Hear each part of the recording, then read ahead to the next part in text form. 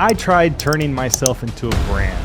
That's pretty much all I did for the last few years. I created this YouTube channel called Dorian Develops, where I talked about some specific knowledge that I had. And while I was doing that, I realized that I was slowly starting to become everything I hated about social media influencers. And the funny thing is that the advice and the approach that I was taking in doing it is what a lot of people tell you to do. If I'm being real, if I'm being genuine, if I'm telling you the truth, is because I wanted to be able to eventually not have to work a 9-to-5 anymore. I did a lot of research, and one of the things that kept coming up was creating a social media following as a way to make money online with low overhead. And the truth is, if you are able to create a large social media following, it can be very lucrative. But what ends up happening is that you kind of become your niche. It's not so much that you become your niche, is that it's your niche becomes you. And the thing that you talk about the most becomes your identity. I've talked about this a little bit in the past when I've made videos talking about my frustrations with YouTube and having a niche and all that stuff,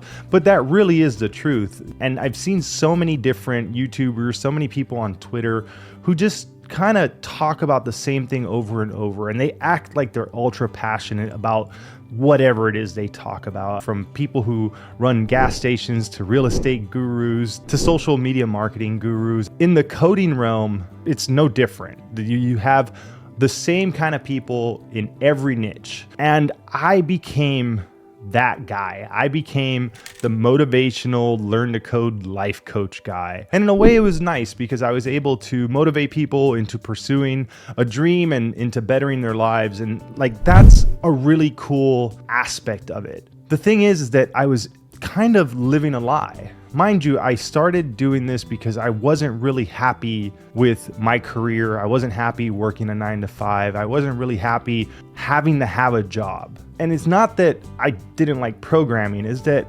programming as a job is kind of boring. The work is very mundane. It's an office job where you sit at your desk all day long. You just write code and you go to meetings. Most of the time you go to more meetings than you actually write code. It's very much like Office Space. It's no coincidence that the main character of that movie was a programmer.